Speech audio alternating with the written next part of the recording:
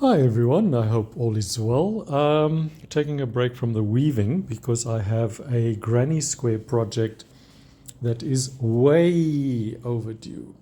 A few months ago, actually, a client approached me to do a custom seat cover for a very old combi that they have, a Volkswagen combi, microbus, whatever you want to call the thing. And it needed a new seat cover because it's all threadbare and got holes in. So they decided they wanted a granny square motif or granny squares, and in sort of these vibrant, almost Mexican colors, you might want to call it, because it is in keeping with the color scheme and the style of their coffee shop. I'm not going to drop any names yet until it's finished. But if you live in Swakopmund, you probably know which one I'm talking about. So I have, after all this very long time, got 2 squares left of the 50. As you can see, here are all the ones that I've done already. So here should be 48 squares in total. These are the ones that I hashed out today. These are the ones I did over the last few months. I've been quite lazy. Anyway, we're getting it done, 1 square at a time. So there are 2 left, and I thought what I would do, seeing as I'm really into the swing of it now, is to take you along and do 1 square in real time, that you can see what it entails, how I do my granny squares, how I started off with the magic circle and all of that kind of thing. So I'm going to put the camera on the stand, and we're going to go for it, see how long it takes Klein Toon to make a granny square. Oh, before we do that, let me just take you along and explain what all this is about, because you're going to see me use it. I have 6 colors that I'm using, and I wanted to have them repeat as randomly as possible, so that there's almost no 2 squares are the same. That will give it a nice blend when I'm done. So I found online a random sequence generator.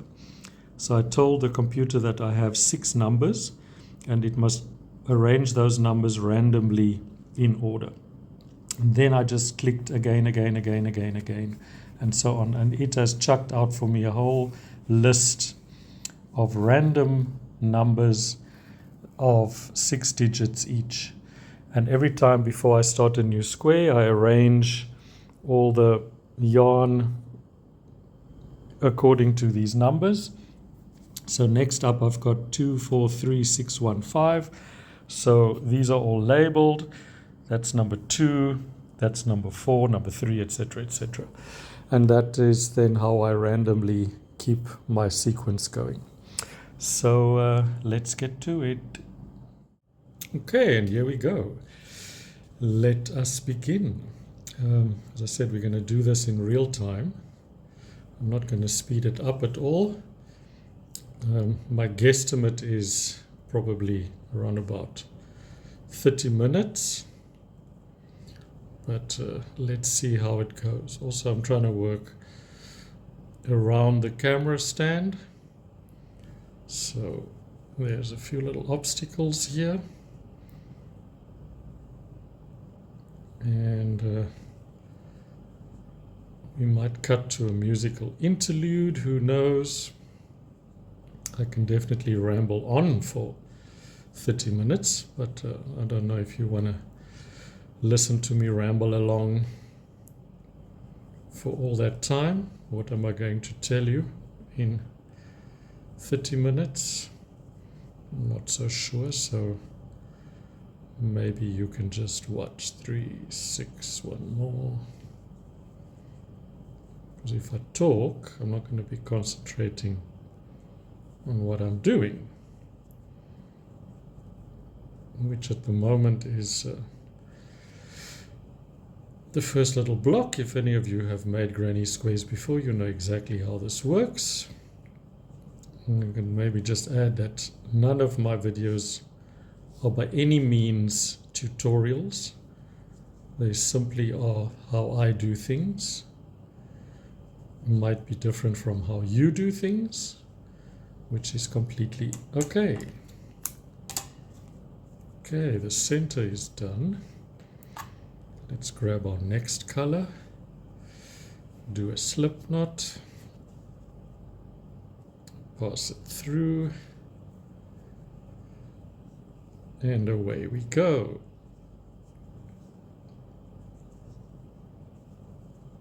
So as I said, this is going to be a seat cover, which is basically for the back seat of a combi. The combi is stationed in this coffee shop. It has been there for a very long time, and guests are able to actually sit in the combi, in the back of the car, when they visit the coffee shop.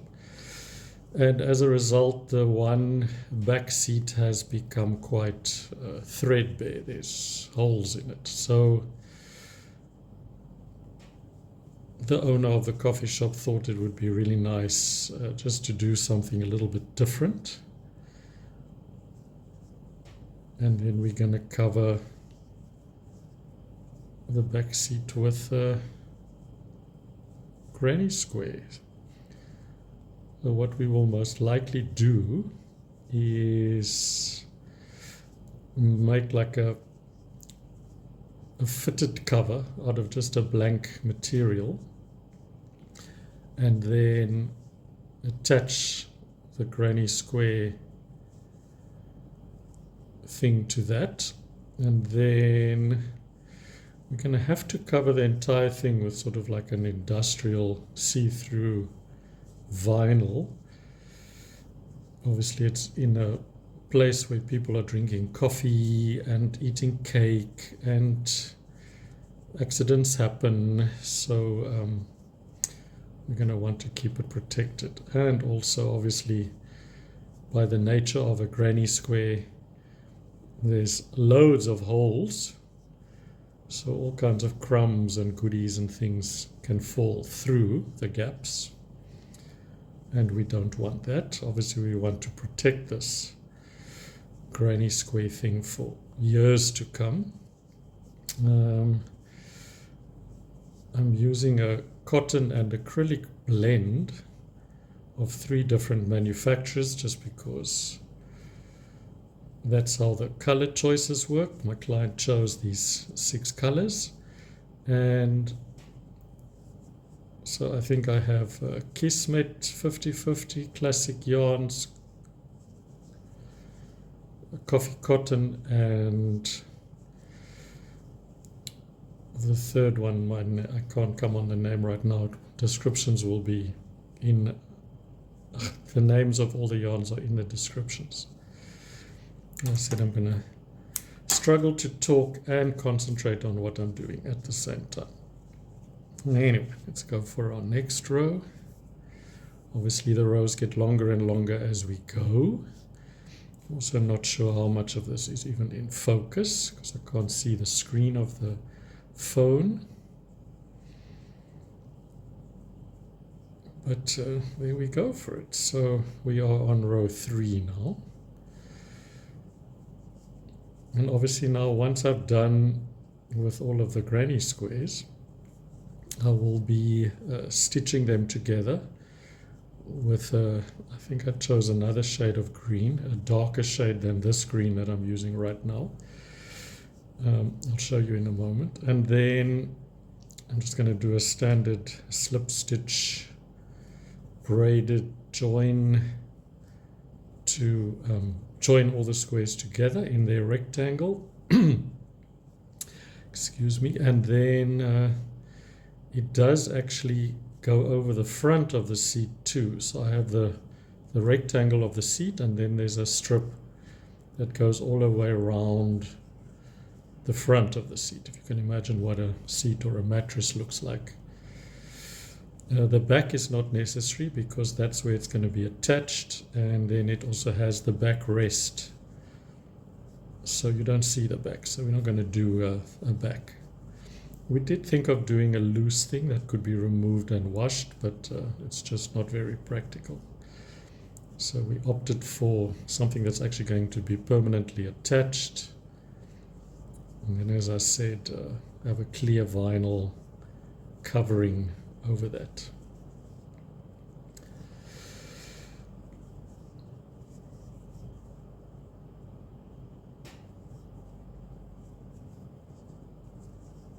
These are some pretty funky colors, but they somehow do really work nicely together. And I can say that this coffee cotton, this half acrylic, half cotton blend works really nicely. It's really soft on the hands, crochets super easily. The one thing I can say is it seems to be made up of like quite a number of different strands, and they tend to split relatively easily, so one just has to be attentive to that. But other than that, it's a fantastic product. I'm actually quite looking forward to weaving something with all the leftover yarn. Maybe I'll make a little tablecloth or maybe a cushion cover or something that can accompany this in a woven fabric from the coffee cotton. It's quite stretchy, so on the Ashford rigid heddle loom that I have, it should work quite nicely on that, because you can pretty much control the that was supposed to go through. You can pretty much control a loosish tension on a rigid heddle loom, which you can't do so much on a larger looms, floor looms, table looms, multi-shaft looms. Apparently that's also one of the rigid heddles is called a knitter's loom, just because one can actually use the same yarn that you might use for knitting or crocheting in the loom.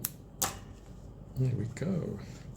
Whenever I cut the tail off, I want to estimate a little bit longer than the next row, because I weave in the ends as I go along, so it must cover at least one row's width.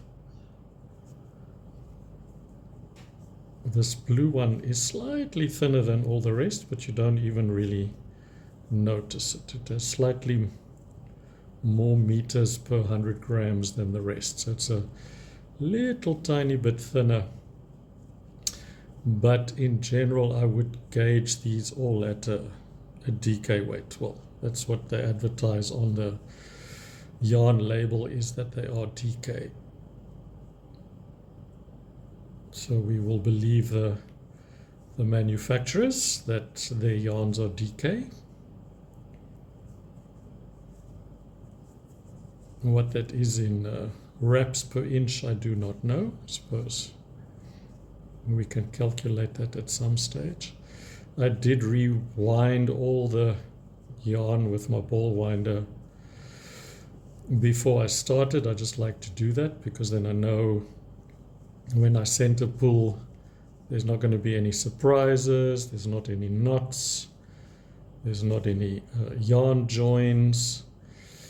Nothing's going to jump out and bite me. I know exactly what I'm in for, and it comes out at a nice even tension when I do it that way. So I generally, when I get a new yarn, I run it through my ball winder, and there I know we're good to go. So just getting to the end of this row.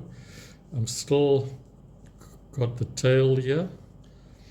I like to just go around the corner, because that secures the tail nicely. Then I don't need to bother about it. I'll just snip it off later. Also, fortunately, it's not going to be a wearable, and if it's going to be attached to the seat and covered in plastic, it's not likely ever to get washed. So while I will just take as much care as I would with any other project I do, there's a little bit more leeway when it comes to weaving in or securing the ends, because they're definitely not going to be subject to any kind of wear and tear or potentially coming undone in the wash or things like that. But as I said, I'm not going to skimp on that step. One has a certain quality that one aspires towards, and I like to keep it at that.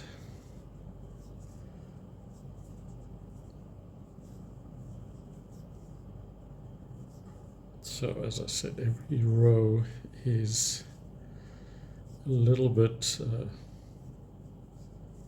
longer than the one before. That's just how granny squares work and how they grow.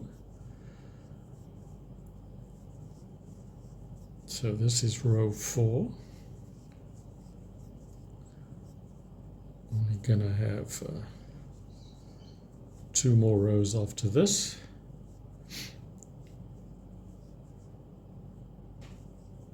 I really hope this is all in focus.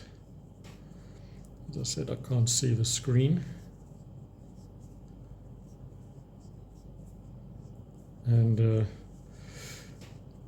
while most granny square patterns don't have a stitch between each cluster, I do. So I have 2 slip stitches between on the corners, because it just gives enough room for all the yarn to form a new corner each row. But also between each set of 3 double crochets, I do add a chain, sorry, not a slip stitch, a chain. I find it just helps with the squaring of the project later. I think it also depends on the type of yarn one uses, how stretchy it is, how thick it is, whether you do or don't. As I said, this is how I do it. You do you, I do me. There is no real right or wrong, I suppose, at the end of the day. So we snip that one. We leave enough tail to weave in. Let's grab the next color. It's really handy having them all off to the side and labeled and ready to go. Don't have to faff about them when one's doing such a large production of things. If you can make it as easy for yourself as possible, get the job done. And as I said, this project has been many months. I think it was in November, could have been December, that I was approached and asked to do this. And I got going, and then the holidays came and life happened. I had large dye orders that I had to get done for my To Dye For dye business, which is over on my other channel. And then I think you can actually see the beginning of this project on that channel. I'll tell you in a moment about that. And then I got my weaving loom and I got into that, so things happened. And I kind of put this on the back burner a little bit. I do a few blocks every now and then. And then yesterday I just decided this is absolutely ridiculous. I was commissioned to do something. I've promised these people I'm going to do it, and I better get it done. So I have told myself I can't do anything else. I can't start a weaving project. I can't do any other knitting projects. I can't dye any more yarn. I basically have put myself under house arrest until these granny squares are done. Because after this, as I said, they still have to all be worked together. That also takes time. So yes, let me tell you about the other channel. So I did start off 2 years ago with circular knitting machines. One from Centro, the Centro 48, and then also from Addy, the king size and the smaller one. And I was making beanies for a long time, and then I started making baby blankets, and then I needed to learn to crochet, so I did that so that I could add a border around the baby blankets. And then I did more crocheting than anything else. And then I started yarn dyeing, and that was great fun. And then the channel just got a bit messy because my yarn dyeing business is called To Dye For. And my other knitting and crocheting channel was called Klein Toon se Breiwinkel, which Klein Toon is my nickname and Breiwinkel is a knitting shop in Afrikaans. And then I got in haakwerk because I was doing crochet as well. Haakwerk is crochet in Dutch. So the branding got all confusing. So I decided, seeing as my old channel was being dominated by my yarn dyeing business, I actually just changed the name of that channel to Dye For. And I started a new Instagram channel.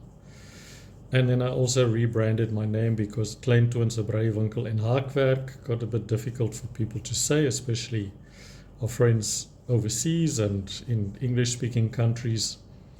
It's quite a tongue twister. So now I've simplified it just to Klein Toons. So my name with an apostrophe S. So the one is Klein Toons Handmade, which is this channel that you're watching it on. And the other one is Klein Toons Hand Dyed, or To Dye For.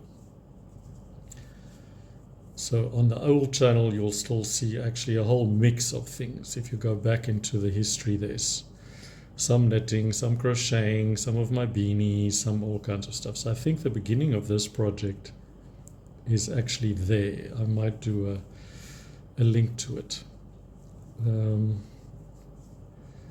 But yes, that's how that worked. And then on my YouTube channel, it's just actually Klein Toons. So on my YouTube channel, you can still, on just one channel, I've not made a new one, you can see everything.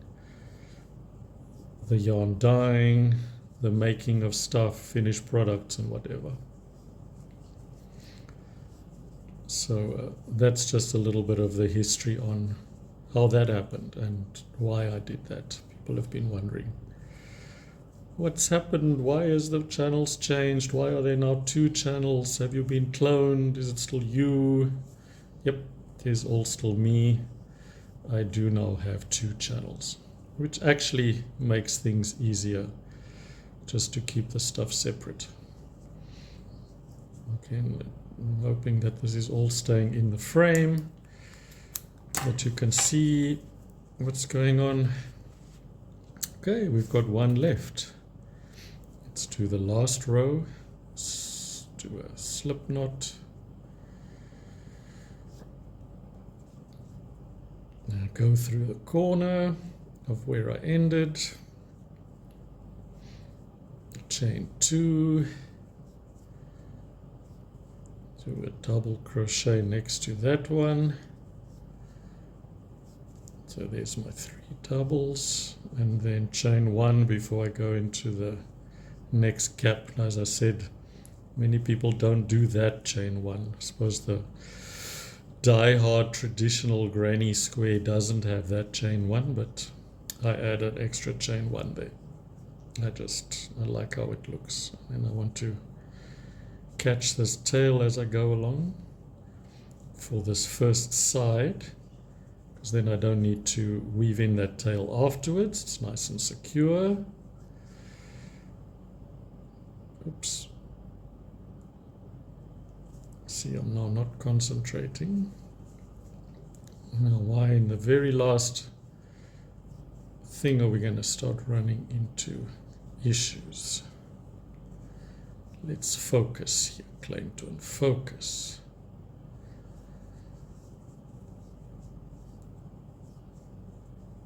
This is my second last square. I thought I would not try record the very last one in case there was an issue. At least this way, if this was a flop, I can redo it. So if you hear me talking about my second last square, then you know this video did work. And that's why you're watching it. If you don't, then you wouldn't know that I've redid it and now this is now the last one. But anyway, just my rambling thoughts over there. Once it is done and I've put it all together and it looks nice and it's presentable, I will tell you who I've made it for. My client will hopefully tag it as well once it's in place, and then you can see which coffee shop I'm talking about. As I said, if you live in Swakopmund, you probably can guess already. There's only one coffee shop in town that has all these wild, wonderful colors. And it's a great coffee shop. People love going there. It's been around for 21 years already. Can't believe it. How time flies. I remember it was just the other day when it opened. Now it's 21 years already. Okay, we are on to side 2 of our very last row. And as I said in the beginning, I can easily ramble on for half an hour, so if you're hearing me ramble on, I obviously didn't cut to some nice, chilled, relaxed music for you to watch while I do this. And also, none of this is sped up. I'm not dubbing my voice afterwards. You're listening to my blabbering while I'm busy, which is why every now and then I make a mistake.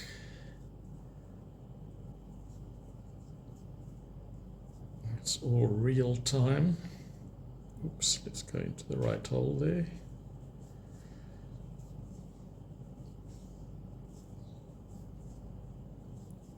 What else can I tell you about? Oh, where I buy my yarn, of course. That is from the Wool Cafe here in Swakopmund. If you're not new to my channel, you'll definitely know that I talk about the Wool Cafe a lot. Such an amazing place and resource for us here in this tiny little dot of a town on the southwestern coast of Africa in Namibia. We have a population of between 50 and 70,000. It's hard to tell for other reasons that we won't go into, not getting into politics. And there are very, very few yarn artists, knitters, crocheters, weavers, etc., let alone in Swakopmund, but in the whole country. And Elise and her mom Karin, who own, run and manage the Wool Cafe, they do a great service to our community to get yarn from all over the world, imported via South Africa mostly, through South African suppliers. And they have an enormous selection, range of different types of yarns, different thicknesses, different colors. There's literally absolutely nothing that you can't get there. I almost say, if you can't get it there, it doesn't exist. So